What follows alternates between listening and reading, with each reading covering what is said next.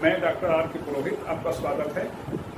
आज भारतीय राजनीतिक व्यवस्था की एक समीक्षा करें, जिसके अंतर्गत 1947 में आज़ादी मिलने के बाद और 1950 में नया संविधान लागू होने के बाद से लेकर आज तक जो घटनाएं घटी और उसमें शासन की, राजनीतिक दलों की, विरोधी दलों की क्या भूमिका रही और किस प्रकार से हम आज की स्थिति तक पहुंचे हैं, इन सब का एक समग्र अवलोकन करें और उसके आधार पर फिर हम विचार करें कि हम किस स्थिति में हैं।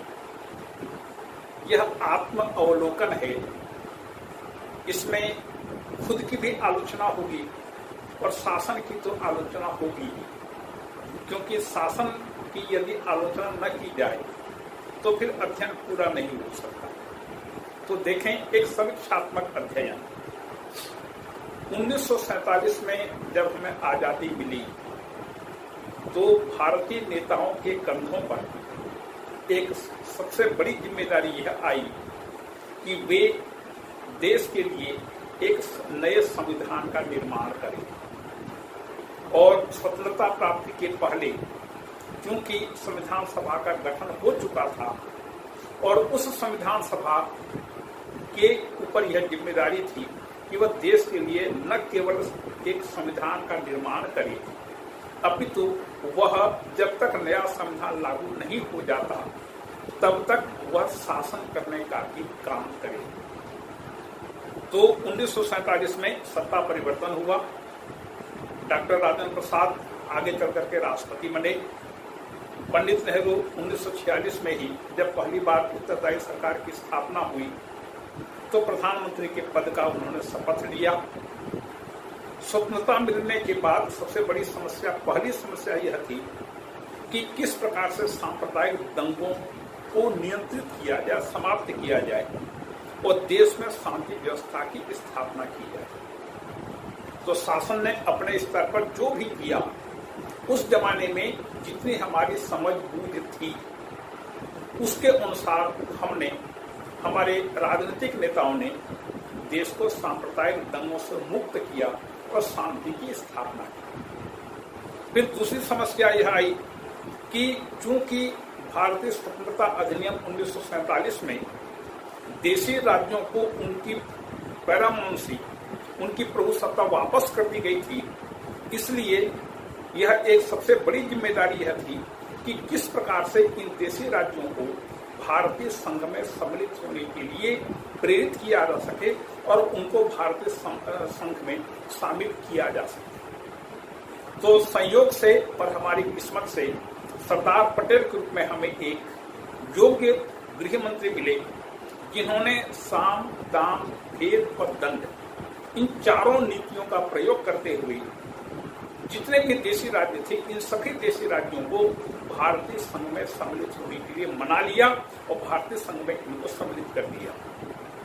3 देशी राज्य बचे। एक था जूनागढ़, जहां पर जन्म संग्रह हुआ और जन्म संग्रह के द्वारा जूनागढ़ को भारतीय संघ में सम्मिलित किया गया।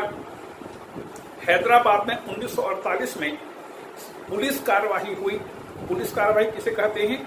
जब देश के अंदर कोई युद्ध की स्थिति उत्पन्न होती है, आंतरिक संघर्ष होता है, तो भले ही सेना का उपयोग होता है लेकिन उसे पुलिस कार्रवाई या पुलिस एक्शन कहा जाता है। तो हैदराबाद की सेना और भारतीय सेना के बीच युद्ध हुआ था। 3 दिन तक की लड़ाई हुई थी और इस लड़ाई के बाद हैदराबाद की सेना ने आत्मसमर्पण किया और फिर हैदराबाद को भारतीय संघ में सम्मिलित कर लिया गया। इसे पुलिस कार्रवाई कहते हैं। और जम्मू कश्मीर के बारे में तो फिर जितना कहा जाए सब कम पड़ेगा, क्योंकि जम्मू कश्मीर एक ऐसा परेशान करने वाला राज्य हो गया कि जिसको हम न छोड़ सकते थे, न पूरी तरह से कैप्चर कर सकते थे। आखिरकार भाजपा सरकार ने नरेंद्र मोदी के शासनकाल में जम्मू कश्मीर के 370वें अनुच्छेद को समाप्त किया और आज सर्वोच्च न्यायालय पुनः उस याचिकाओं की सुनवाई कर रहा है जिसके अंतर्गत अनुच्छेद 370 को समाप्त करने के लिए कानून बना था। और सर्वोच्च न्यायालय यह देख रहा है कि 370वें अनुच्छेद को समाप्त किया जाना कहां तक उचित था या कहां तक उचित है और उसको फिर से लाया जा सकता है या नहीं, या जो भी काम हुआ ठीक हुआ या गलत हुआ। तो ये थी भारत की एकता की बात। अब संविधान सभा ने अपनी जिम्मेदारियों को समझते हुए संविधान निर्माण का काम किया। कई समितियां बनाई गई, समितियों को कार्य सौंपे गए। उन समितियों ने अपनी बुद्धि और क्षमता के अनुसार देश के लिए एक संविधान का प्रारूप तैयार किया। प्रारूप पर बहुत लंबी चौड़ी बहसें हुई।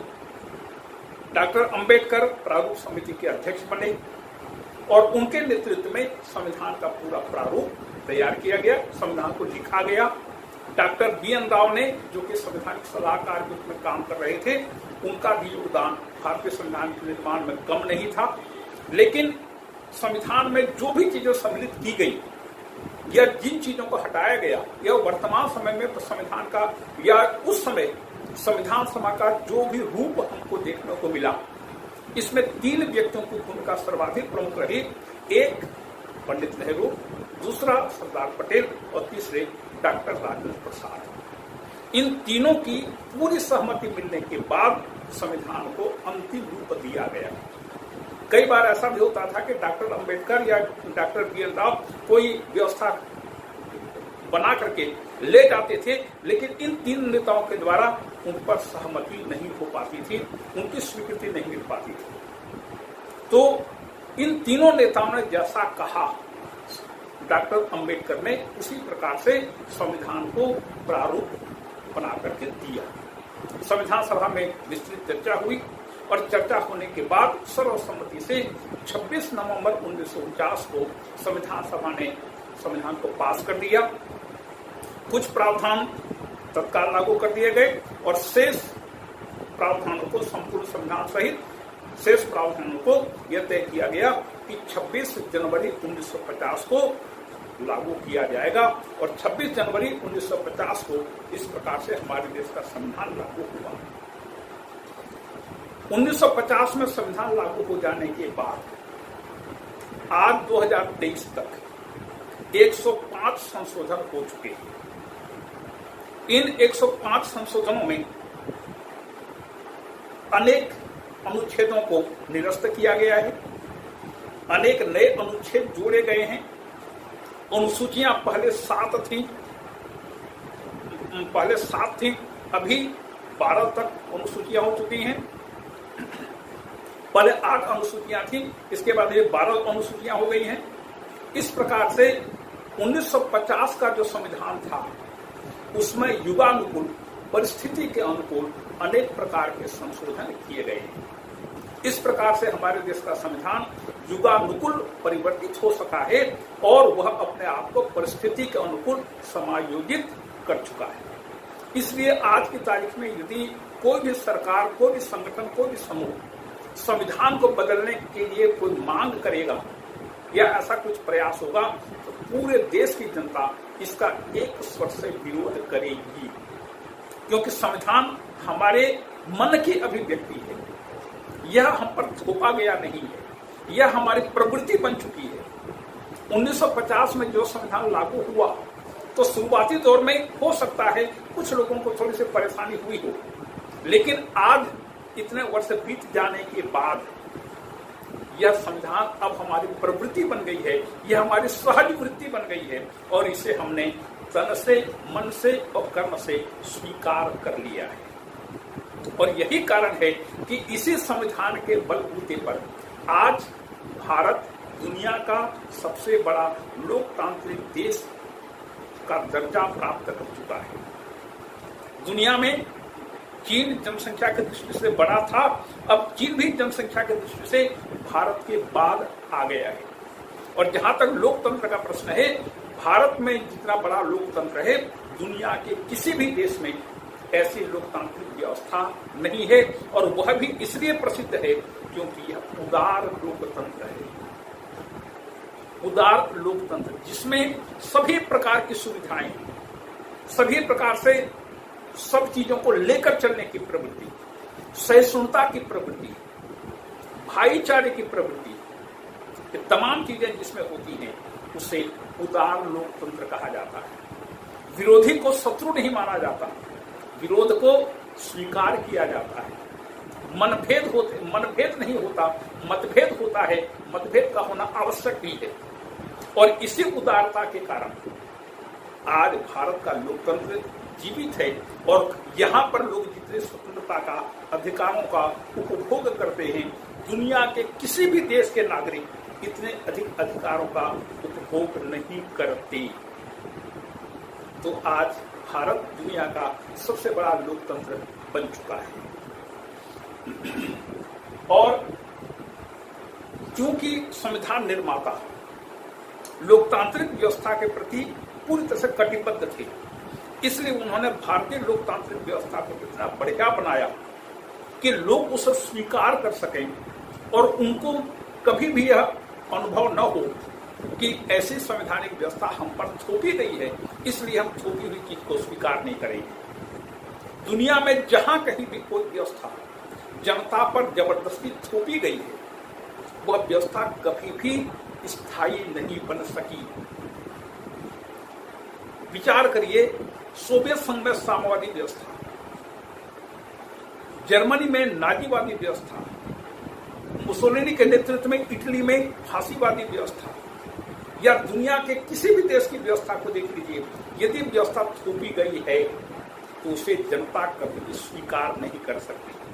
भले ही डर से, शक्ति के बल पर उससे कोई चीज मनवा लिया जाए, लेकिन वह स्थायी रूप से उस चीज को स्वीकार नहीं करती। सोचिए कि जिस साम्यवादी व्यवस्था को 70 वर्षों तक झेलने के बाद सोवियत जनता उसको अपने जीवन का अंग नहीं बना सकी और एक छोटी सी भीड़ ने पूरी साम्यवादी व्यवस्था को ही समाप्त कर दिया, तो इससे बढ़कर जनता की सहमति की बात और क्या हो सकती है।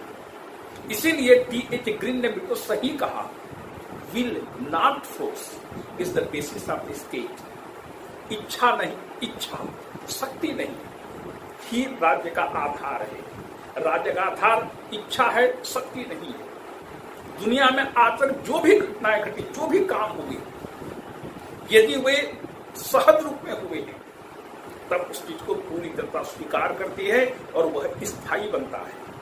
लेकिन जहां हिंसा, खून खराबा, शक्ति, बल, डर, आतंक, त्रास, ये तमाम चीजें हुई, वह चीज स्थायी नहीं हो सकती। और चूंकि भारत की व्यवस्था आत्मसात जनता ने किया है, इसलिए आज तक ये व्यवस्था चल रही है और भविष्य में भी चलेगी। लोकतंत्र ने भारत में अपनी जड़ों को पूरी तरह से स्थायी रूप से स्थापित कर लिया है। देखिए, 1952 में जब पहली बार चुनाव हुए, 1952 के बाद आज तक जितने भी पूरे समयबद्ध चुनाव हुए, हाँ ये बात सही है कि कभी यदि सरकारें नहीं बन पाई बहुमत के अभाव में या कुछ असुविधाएं हुई, तो भले समयबद्ध चुनाव नहीं हुए, लेकिन 1952 से लगातार आज तक चुनाव होते रहे हैं और चुनाव में जिसकी भी दल को बहुमत मिला, उसको शांतिपूर्ण तरीके से सत्ता का हस्तांतरण हुआ है। 1952, 1957, 1962, 1967, 1971, 1977, 1980, 1984, 1989, 1991, 1996, 1998, 1999, 2004, 2009, 2014, 2019 इतने बार लोकसभा का चुनाव हो चुका है। और जब भी चुनाव हुए, जिस किसी भी दल को बहुमत मिला, उस दल को सरकार बनाने का मौका मिला है, शांतिपूर्ण तरीके से सत्ता का हस्तांतरण हुआ है।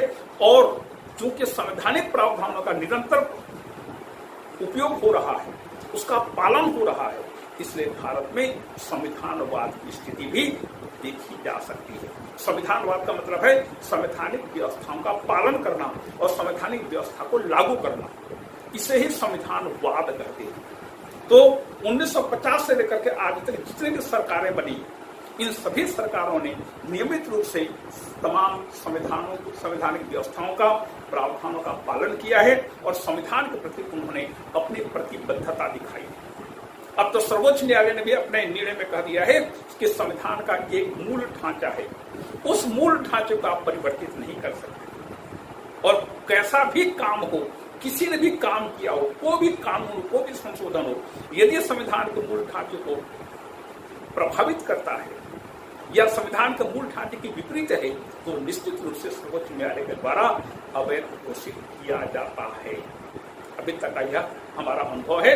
और इस प्रकार से देखते हैं कि लोकतंत्र जीवन की पद्धति बन गई है। दुनिया के कई देशों में लोकतांत्रिक व्यवस्थाएं, लेकिन जिन देशों में लोकतंत्र सफल नहीं हुआ उसका कारण क्या था? लोकतंत्र केवल शासन व्यवस्था का नाम ही नहीं है, यह जीवन की एक पद्धति है। जब लोकतांत्रिक व्यवस्था को जीवन के हर क्षेत्र में आप लागू कर देते हैं तब जाकर किसी देश में लोकतंत्र की व्यवस्था सफल हो सकती है। क्या बात है कि विकासशील देशों में, विशेष करके तीसरी दुनिया के देशों में, और ऐसे देश जो कभी किसी दूसरे के उपनिवेश थे, स्वतंत्रता प्राप्ति के बाद इन देशों ने लोकतांत्रिक व्यवस्था को अपनाया, लेकिन इन्होंने लोकतंत्र को केवल चुनाव तक सीमित रखा। पूरे समाज में, पूरे देश में लोकतंत्र के अन्य व्यवस्थाओं को लागू नहीं किया। लोकतंत्र को जीवन का एक अभिन्न अंग माना जाना चाहिए।